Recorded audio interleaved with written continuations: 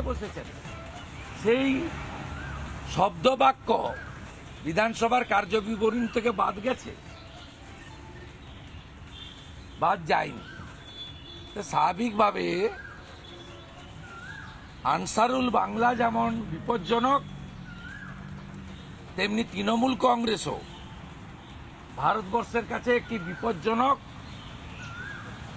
রাষ্ট্রবিরোধী, জেহাদিদের দ্বারা নিয়ন্ত্রিত ban organisation PFI সিমির ঘনিষ্ঠ সকল রাজনৈতিক দল,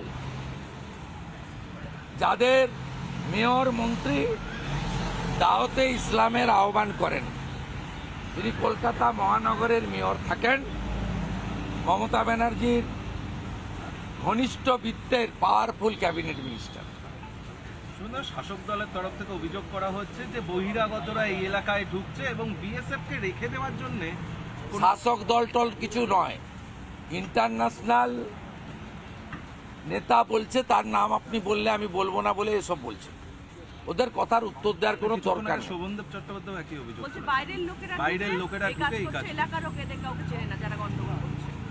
আমরা সমস্ত তালিকা প্রকাশ করে দেব। সুতি, জঙ্গিপুর, ফারাক্কা, শামসেরগঞ্জ, এই 4টি থানা এলাকায় যারা করেছে। এই একটা দাঁড়িওয়ালা লোক আছে নন্দীগ্রামে, আমার বিরুদ্ধে লিফলেট দিতে গেছিল, মানিক মণ্ডল। এই চিটিংবাজগুলো যেদিন জঙ্গিপুরে আগুন লাগে সেদিন দাঁড়িয়ে থেকে আগুন লাগানোর কাজ করেছে।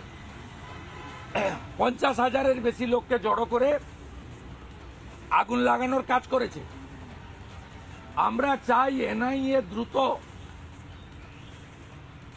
মুর্শিদাবাদ দাঙ্গা হাতে নিক।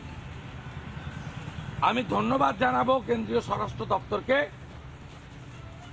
বিএসএফ এর সাথে সাথে 8 কোম্পানি ঝাড়খণ্ড থেকে এবং সল্টলেকে সিআরপিএফ এর ক্যাম্প থেকে, ডেল্টা এবং কোবরা, সেই স্পেশালাইজড সিআরপিএফ ফোর্স তারা কালকে পৌঁছে দিয়েছেন, আজকে সকাল থেকে ডিপ্লয়েড হয়েছে। আমার বিশ্বাস মুর্শিদাবাদ থেকে আপনি আর একটা ইটের আওয়াজ পাবেন না। বাকিটা যে জব্দ করার দরকার, এনআইএ আসা দরকার।